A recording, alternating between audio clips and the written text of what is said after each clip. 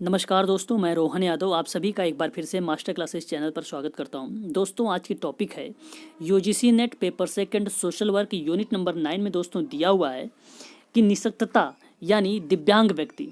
मैं आज बात करूंगा दोस्तों आप लोगों से पर्सन डिसेबल के बच्चों के या व्यक्ति में जो निशक्तता के क्षेत्र में अधिनियम बने हैं उन्हीं पर चर्चा करूंगा दोस्तों, यानी acts in the field of disability. आप सभी लोगों को पता होगा दोस्तों कि आवश्यकता ही आविष्कार की जननी है। ये पंक्ति पूर्ण चरितार्थ हो जाती है दोस्तों जब हम विकलांग व्यक्ति से संबंधित अधिनियमों के विषय में चर्चा करते हैं, है ना। तो बहुत ही मोस्ट इंपोर्टेंट टॉपिक है दोस्तों। ऐसे अधिनियम को बनाने की आवश्यकता क्यों हुई, यह जानना आवश्यक है दोस्तों। प्रारंभ से ही यह देखा गया है कि निशक्त और यानी विकलांग व्यक्तियों को समाज में हे दृष्टि से देखा जा रहा है। खास तौर से भारतीय समाज की परंपरा रही है कि सभी सबल की ही सहायता करते हैं, जो सक्षम है उन्हीं की हेल्प करते हैं, निर्बलों को अधिक निर्बल बनाने का प्रयास करते रहते हैं। तो आप सभी को पता भी होगा दोस्तों, पहले तो विकलांग बच्चे को जन्म से ही मार दिया जाता था। समाज में ऐसे बच्चों का जन्म अशुभ माना जाता था। धीरे धीरे कुछ वर्ष बीते, बाद में जीने का अधिकार मिला।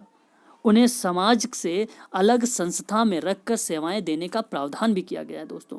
उन्हें करुणा का पात्र समझकर स्वीकार किया जाने लगा।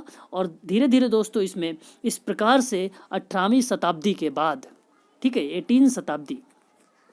18वीं शताब्दी के बाद उनके शिक्षण प्रशिक्षण को विकसित करने हेतु बहुत सारे ऐसे विचारों को एक्सेप्ट किया गया दोस्तों, जो आज अधिनियम के रूप में जाना जाता है। ठीक है, देखिए दोस्तों, सामाजिक नीति निर्धारकों का कानून में बदलना पारस्परिक रूप से प्रजातांत्रिक समाजों के द्वारा अपनाया गया है। यह एक तंत्र है दोस्तों। यूजीसी नेट के एग्जाम में मैं बताता हूं आपसे कि यहाँ से 1 नंबर का प्रश्न हमेशा पूछा जाता है। श्योर है दोस्तों, डिसेबल चाहे आप यूजीसी नेट ले लो या अदर एग्ज़ाम ले लो, इतना इम्पोर्टेंट हो गया है ये टॉपिक दोस्तों कि वो उसके अधिनियम से, उसके एक्ट से एक प्रश्न हमेशा हर एक एग्ज़ाम में पूछा जाता है। तो दोस्तों टॉपिक इम्पोर्टेंट है, कॉपी पेन साथ में रखिए और नोट डाउन भी करते चलिए साथ ही साथ। नेक्स्ट अगर मैं बात करूं दोस्तों, गरीबी एवं ऐतिहासिक रूप में शारीरिक व मानसिक रूप से अपंग व्यक्तियों व परिलक्षित किया गया है और इस वर्ग के लोग हमेशा ही अलग अलग अपेक्षित रहे हैं। हमेशा से ही इस प्रकार के लोगों को सभी प्रकार की चीज़ों से वंचित रखा गया है। वह आज भी समाज के साथ जुड़ने का अवसर प्राप्त करने की कोशिश करते हैं। इसके बावजूद भी इस प्रकार के समूहों के लिए किसी भी प्रकार की कोई उपाय नहीं किया गया है। और इन अपंग यानी डिसेबल वर्ग के जो ऑटिज्म है, जो स्वलीनता है, उनके समय में ही दोस्तों यानी सरकार ने क्या किया, दायित्व को स्वीकार कर लिया था अपने। ठीक है, तो आप समझ सकते हैं दोस्तों कि विकलांग व्यक्ति की आवश्यकताओं एवं अधिकारों के प्रति उसके परिवार के लोग भी असंवेदनशील रहते थे और उनके माता पिता विभिन्न संदेशों जो बहुत सारे लोग संदेह करते थे या बातें करते थे, उनसे बात करना बंद कर देते थे, ऐसे लोग भी आते थे। तो संदेह के घेरे में अपने बच्चों को सदा से उपेक्षित यानी उनसे अपेक्षा करते रहे कि समाज भी या समाज के लोग भी ऐसे व्यक्ति को दीनहीन या दया के पात्र समझते रहे। ठीक है, समय के बदलाव के साथ दोस्तों घटना चक्र ऐसा चला या घटनाक्रम ऐसा बदला कि आज निशक्त बच्चों के लिए बहुत सारी चीज़ें, बहुत सारी सुविधाएं दी जा रही हैं। ठीक है, और सोशल वर्क में दोस्तों समाज कार्य के लेकर तो यहाँ पर बहुत सारी चीज़ें ऐसे हैं कि जो समाज की मुख्य धारा से इनको जोड़ा जा रहा है। ठीक है, निशक्त जनों के निष्पक्ष, समान या स्वतंत्र रूप से जीने हेतु उनके जो अधिनियम बन गए दोस्तों, वो विकलांगता से संबंधित ऐतिहासिक घटना के लय में आज अधिनियम यानी एक्ट नियमों को कल्याणार्थ अग्रसर दे रहे हैं, यानी दिन प्रतिदिन वो अग्रसर हो रहे हैं दोस्तों। ठीक है, वैसे भी अभिभावक जिन्हें उनकी या अपनी मृत्यु के पश्चात विकलांग बच्चों की देखरेख की समस्या के लिए चिंता बनी रहती थी, दूर करने की जो चिंता बनी रहती थी, इन सब के लिए दोस्तों कई अधिनियम आए। जैसे राष्ट्रीय न्यास की गठन हुआ, PWD का गठन हुआ, बहुत सारी चीज़ें अभी मैं चर्चा करूँगा दोस्तों। अब आप लोगों का इंपॉर्टेंट चीज़ें पे आता हूँ। ठीक है, नेक्स्ट पॉइंट पर अगर मैं बात करूँ, यहाँ से देखिए जो इंपॉर्टेंट होगा दोस्तों मैं आप लोगों से चर्चा करूँगा। ठीक है, नेक्स्ट पॉइंट आ गया दोस्तों, निशक्त यानी अपंग। ठीक है, व्यक्ति समान अवसर अधिकारों संरक्षण एवं पूर्व भागीदारी अधिनियम 1995। दोस्तों मैं एक चीज़ बताता हूँ, इसका नाम बेसिकली PWD है, इसी को PWD बोलते हैं। याद रख लेना, कभी कभी पूछा जाता है पीडब्ल्यूडी क्या है। दोस्तों पीडब्ल्यूडी को बोला जाता है person with disability act. PWD यानी पर्सन विथ डिसेबिलिटी एक्ट बोला जाता है, ठीक है। पब्लिक वर्क डिपार्टमेंट मत बोल देना इसको दोस्तों, याद रखना, ठीक है। डिपार्टमेंट में ये है पीडब्ल्यूडी यानी पर्सन्स विद डिसेबिलिटी एक्ट है, यानी निःशक्त जन अधिनियम है। इंपॉर्टेंट है, जरूरी है जानना आपको पीडब्ल्यूडी एक्ट होता क्या चीज़ है। क्यों? क्योंकि आज के समय में दोस्तों दिव्यांग व्यक्ति जो भी मिले आप उन्हें गाइड भी कर सकते हैं किस तरीके से जो उनकी डिसेबिलिटी सर्टिफिकेट बन रही है, आईक्यू सर्टिफिकेट बन रही है, उनके बिहाफ पे क्या क्या चीज़ें उनको जागरूक करते समय उन्हें कुछ चीज़ें प्रावधान में दी जा रही है, क्या क्या आरक्षण मिल रहा है उनको, सारी चीज़ें से अवेयरनेस करना है दोस्तों एक सोशल वर्कर का एक दायित्व है। तो आपको पता होना चाहिए कि पर्सन विद डिसेबिलिटी क्या है। अगर आपने दोस्तों इस वीडियो को लास्ट तक देखेंगे तो आपको समझ आ जाएगा कि पर्सन विद डिसेबिलिटी एक्ट क्या चीज़ है और दिव्यांग बच्चों के लिए क्या क्या अधिनियम बनाए गए हैं, और उन अधिनियम के बारे में मैं पूरी डिटेल से जानकारी करूंगा दोस्तों, दूंगा आप लोगों को, ताकि आप लोगों को इसके अलावा कोई वीडियोस कहीं से ना देखना पड़े, ठीक है दोस्तों। चलिए हम बात करते हैं। दोस्तों पीडब्ल्यूडी को ये नाम दिया गया है समान अवसर अधिकारों और संरक्षण की पूर्ण भागीदारी, इसको हिंदी में बोला जाता है पीडब्ल्यूडी को, ठीक है।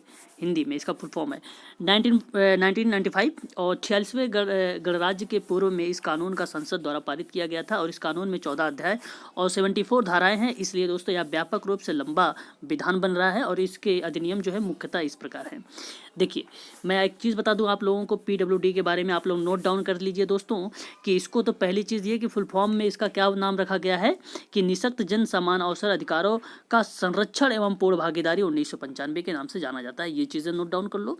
देन उसके बाद आप ये नोट डाउन कर लो कि 1 से लेकर 5 दिसंबर तक 1992 में, ठीक है, 1992 में बीजिंग में एक अधिवेशन आयोजित किया गया था, और उसमें क्या कहा गया था अधिवेशन में, उसमें यह बताया गया कि समान अवसर समान अधिकारों का जो संरक्षण होगा वो पूर्ण भागीदारी के अधिनियम पर घोषणा की गई थी, तो उसी समय किया गया था। और देन उसके बाद 1 जनवरी और 1996 में राष्ट्रपति के द्वारा एक चीज़ बताई गई कि उसमें समान अवसर और राष्ट्र निर्माण हेतु उनकी पूर्ण भागीदारी को सुनिश्चित करने की बात कही गई थी। अब दोस्तों इसमें ये चीज़ बेसिकली था क्या चीज़, देखिए ये पहले तो ये था कि जम्मू कश्मीर के अतिरिक्त पूरे भारत में लागू था पीडब्ल्यूडी, लेकिन अब दोस्तों आप ये भी कह सकते हो कि पीडब्ल्यूडी जो है दोस्तों जम्मू कश्मीर में भी लागू है, ठीक है ना। तो अब एग्जाम में अगर आता है क्वेश्चन तो बोलोगे दोस्तों जम्मू कश्मीर में भी लागू है, ठीक है। और नेक्स्ट अगर मैं बात करूँ दोस्तों तो इसमें पुनर्वास की बढ़ावा मिला था। अब पुनर्वास किस टाइप का हो सकता है, नोट डाउन करना चाहते कर सकते हो पॉइंट टू पॉइंट। शिक्षा, रोजगार, व्यवसाय प्रशिक्षण, आरक्षण और अनुसंधान यानी रिसर्च, शोध जिसको बोलते हैं शोध, और जनशक्ति का विकास करना, अवरोध मुक्त वातावरण। देखिए अवरोध मुक्त वातावरण मीन्स होता है दोस्तों बैरियर फ्री इन्वायरमेंट, यानी बाधा रहित मुक्त वातावरण, ठीक है, ऐसे बोल सकते हो आप। विकलांग व्यक्तियों को पुनर्वास करना, लोगों को एक समाज की मुख्य धारा से जोड़ना, विकलांगों के बेरोजगारी को भत्ता देना, ये सभी चीज़ों के बारे में इसमें इंक्लूडेड है, ठीक है दोस्तों। और मैंने आपको बताया कि ये जो टोटल है 14 अध्याय हैं यहाँ पर इंक्लूडेड है और 74 धाराएं हैं। आई होप दोस्तों कि इतनी चीज़ों में आप लोगों को कोई डाउट नहीं होगी, ठीक है। अगर कोई डाउट है तो कमेंट के माध्यम से आप मुझसे पूछ सकते हैं।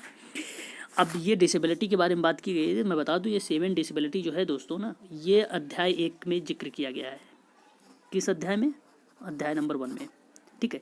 अब अध्याय नंबर 1 में क्या जिक्र किया गया कि मानसिक विलंबन मतलब क्या होता है दोस्तों, मेंटल रिटार्डेशन बोलते हैं इसको हिंदी में कहा जाता है मानसिक मंदता या बौद्धिक अक्षमता का भी नाम दिया जाता है, ठीक है। तो मेंटल रिटार्डेशन, और इसका मतलब होता है दोस्तों वो कि जो व्यक्ति जिनका चित्त अवरुद्ध अथवा अपूर्ण विकास की अवस्था में हो, यानी विशेष रूप से वृद्धि की असमानता द्वारा परिलक्षित की जा रही हो, तो उसे मानसिक मंद कहा जा सकता है।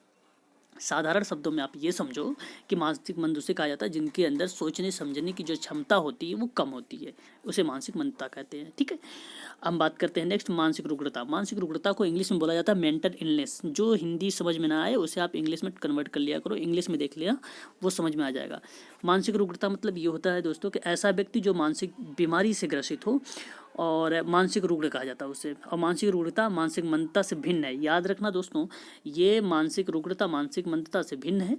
और भिन्न क्यों है? क्योंकि ये कंडीशन है, एक मानसिक मंदता एक कंडीशन है, एक दशा है, और ये जन्म से होता है मानसिक मंदता, लेकिन मानसिक रुग्णता दोस्तों जन्म से नहीं होता है, जन्म के बाद होता है मानसिक रुग्णता, मानसिक, इसीलिए इसको दोस्तों मानसिक बीमारी के नाम से भी जाना जाता है। ठीक है, रुग्णता को ही बीमारी के नाम से कहते हैं। जैसे तेरे नाम मूवी है सलमान खान की, तो तेरे नाम की मूवी सलमान खान ने एक्टिंग कर रखा है, तो उसमें दोस्तों मानसिक रुग्ण का, ठीक है, उसे मानसिक मंद नहीं कहोगे। आप लोगों ने अब वो नाम सुना होगा, एक शपथ मूवी आई थी, जानी लीवर उसमें था, तो वो मानसिक मंद है उसमें जानी लीवर। ठीक है, शकुनी को ले सकते हो, शकुनी महाभारत में वो भी मानसिक मंद था। ठीक है, तो इन चीज़ों का ध्यान रखना। और नेक्स्ट बात करता हूँ दोस्तों, गति विषयक अपंगता, ये भी थी उसके अंदर, शकुनी के अंदर, यानी चलने फिरने में दिक्कत, प्रॉब्लम, लोकोमोटर डिसेबिलिटी। ऐसा व्यक्ति जिनकी हड्डियों और जोड़ों मांसपेशियों में ऐसी समस्या होती है जिनमें गति शारीरिक क्रियाकलाप को प्रभावित करती है, उसे कहा जाता है लोकोमोटो डिसेबिलिटी। ठीक है, तो याद रखना ये दोस्तों इंपॉर्टेंट चीज़ है। और इसको गामा का क्षमता के नाम से भी जाना जाता है। कुष्ठ रोग, देखिए बेसिकली टोटल, अगर मैं ये PWD के अकॉर्डिंग बता रहा हूँ 7 टाइप का, अगर लेकिन RPWD की बात होगी दोस्तों तो 21 टाइप का होता है डिसेबिलिटी। ठीक है, तो याद रखना, एग्जाम में पूछा गया है कई बार, ये मैंने एक सेपरेट वीडियो इसके लिए बना रखा है। नेक्स्ट बात कर रहा हूँ दोस्तों, कुष्ठ रोग उपचारिक।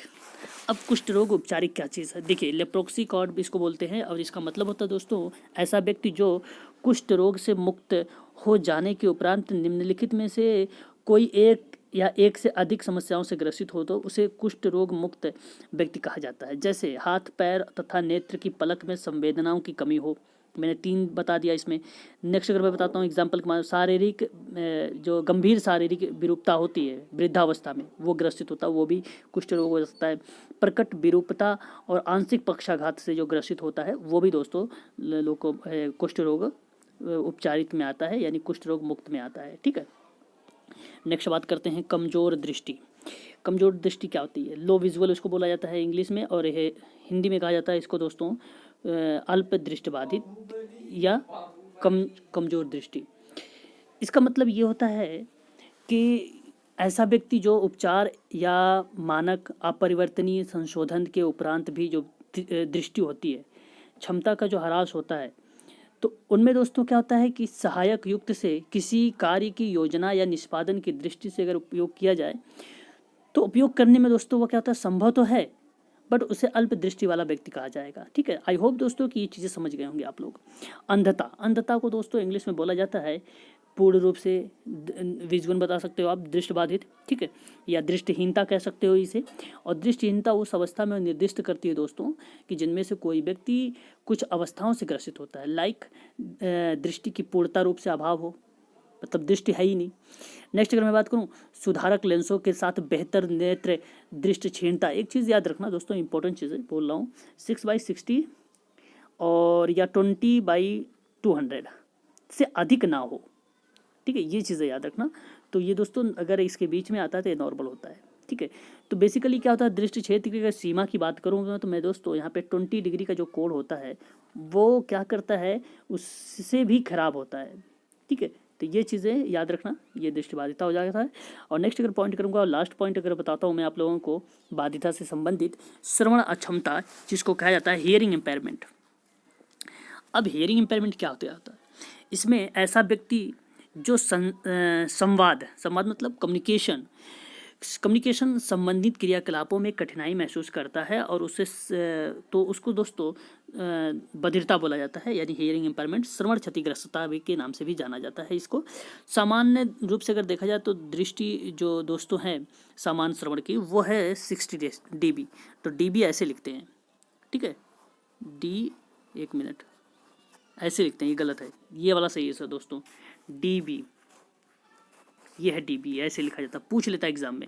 और ये ठीक है दोस्तों, dB याद रखना, ये 60 dB है, तो याद रखना। इंपॉर्टेंट पॉइंट पे चलते हैं। नेक्स्ट यहाँ पे ये सारी चीज़ें बता रखा है यहाँ पे, ठीक है, आप लोग स्क्रीनशॉट लेना ले लो। बेसिकली तो मैंने अपने शब्दों में बता ही दिया हूँ आप लोगों को। ठीक है, शिक्षा के उपबंध में यहाँ पे ये चीज़ें इंपॉर्टेंट नहीं है इतना। ठीक है, और नेक्स्ट चलते हैं, इंपॉर्टेंट चीज़ों पर सिर्फ चर्चा करूँगा दोस्तों मैं।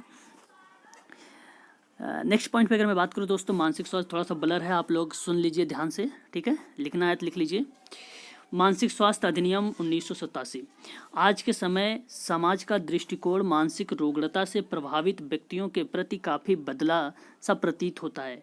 मानसिक विकास एक उपचार योग्य बीमारी मानी जाती है जो कि कोई अभिशाप है यदि इस प्रकार के विकास पहले से ही पता चल जाता है तो इसको उपचार के माध्यम से जल्दी ठीक किया जाना प्रयत्न किया जा सकता है। जो मानसिक रूप से रुग्ण व्यक्ति है और उसके आसपास के माहौल खुशनुमा व एक जो सामान्य बीमारी वाले व्यक्ति के साथ व्यवहार किया जा सकता है वैसा उस व्यक्ति के साथ होना चाहिए।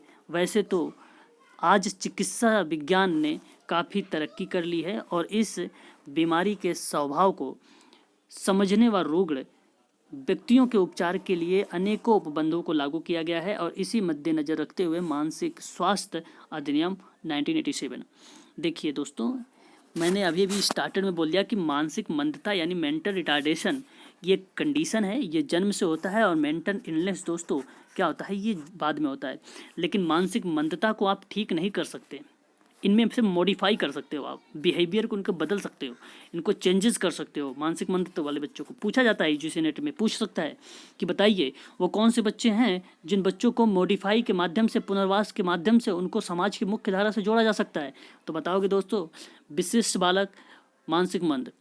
यदि पूछता है कि जिनको एक मानसिक बीमारी वाले व्यक्ति को, ठीक है, हम उसे शिक्षण प्रशिक्षण के माध्यम से समाज की मुख्य धारा से जोड़ सकते हैं, वो सामान्यता के रूप में ला सकते हैं, तो बताइए वो कौन से बच्चे हैं। तो दोस्तों आप लोग बताओगे मानसिक रुग्णता।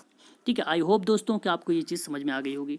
तो बेसिकली क्या था दोस्तों, मेंटल इलनेस वाले जो व्यक्ति हैं उन व्यक्ति को हम ठीक भी कर सकते हैं, लेकिन मेंटल रिटार्डेशन वाले बच्चों को हम ठीक नहीं कर सकते हैं। ये याद रखना दोस्तों, इंपॉर्टेंट है। ठीक है, नेक्स्ट बात करते हैं इसकी विशेषताओं से। कोई खास टॉपिक मुझे नहीं लगा इम्पोर्टेंट, सीधा एक्ट पे बात करूंगा दोस्तों। हाँ, यहाँ पे एक चीज़ इंपॉर्टेंट है, very very most important, untouchability यानी जिसको बोला जाता है अस्पृश्यता का कानून।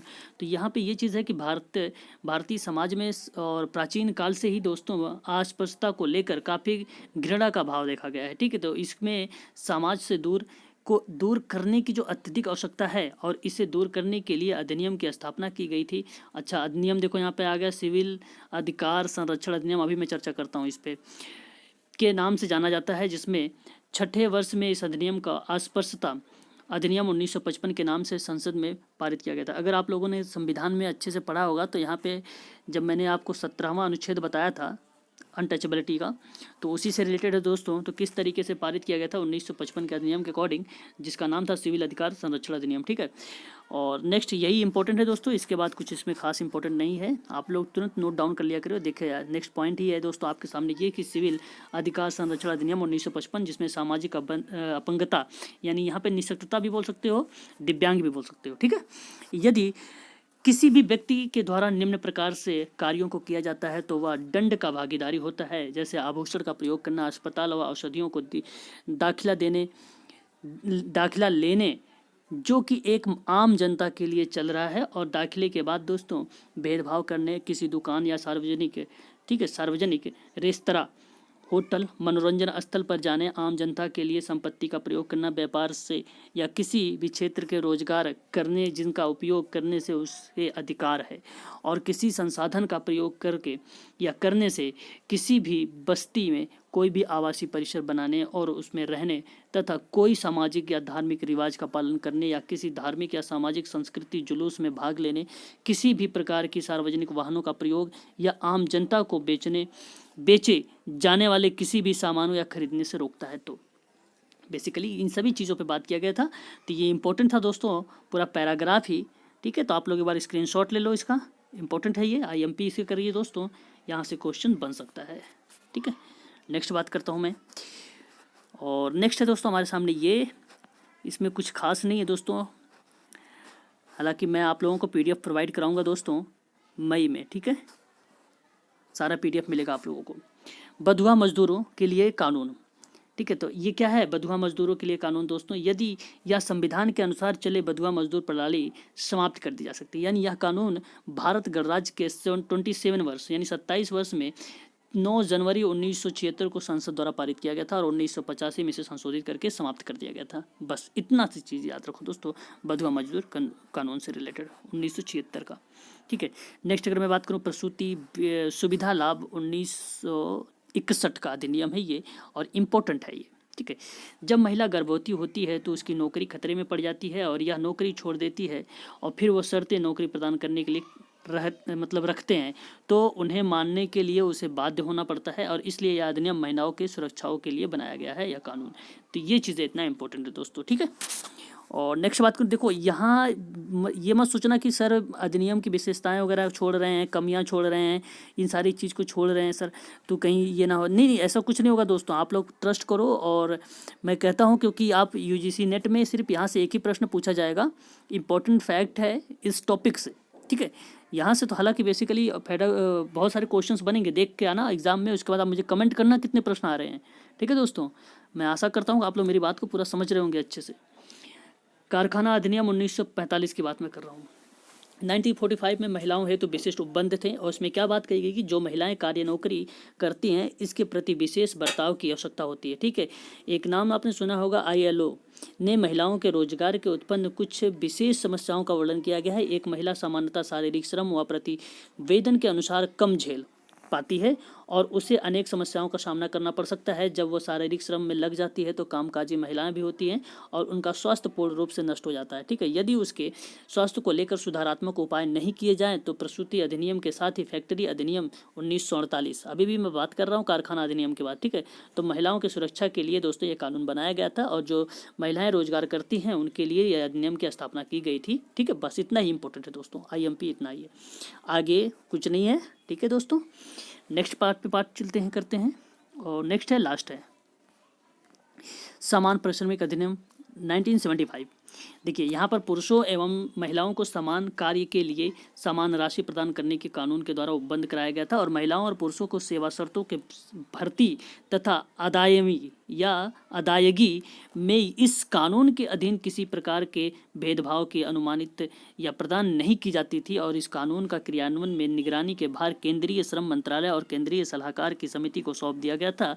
और इस अधिनियम को समान कार्य के लिए समान भुगतान पश्चातर था। और अनुच्छेद 39 में मैंने आप लोगों को आर्टिकल्स जब नीति निर्देशक सिद्धांत पढ़ाया था तो उसमें 36 से लेकर 51 तक के आर्टिकल्स पर मैं चर्चा कर चुका हूँ, पैडागोजी से संबंधित और अप्लाइड क्वेश्चन से संबंधित, ठीक है दोस्तों। किस तरीके से प्रश्न यूजीसी नेट में पूछा गया है और कैसे बनते हैं, तो वहाँ पे मैंने 39 के बारे में जिक्र कर रखा है, ठीक है दोस्तों।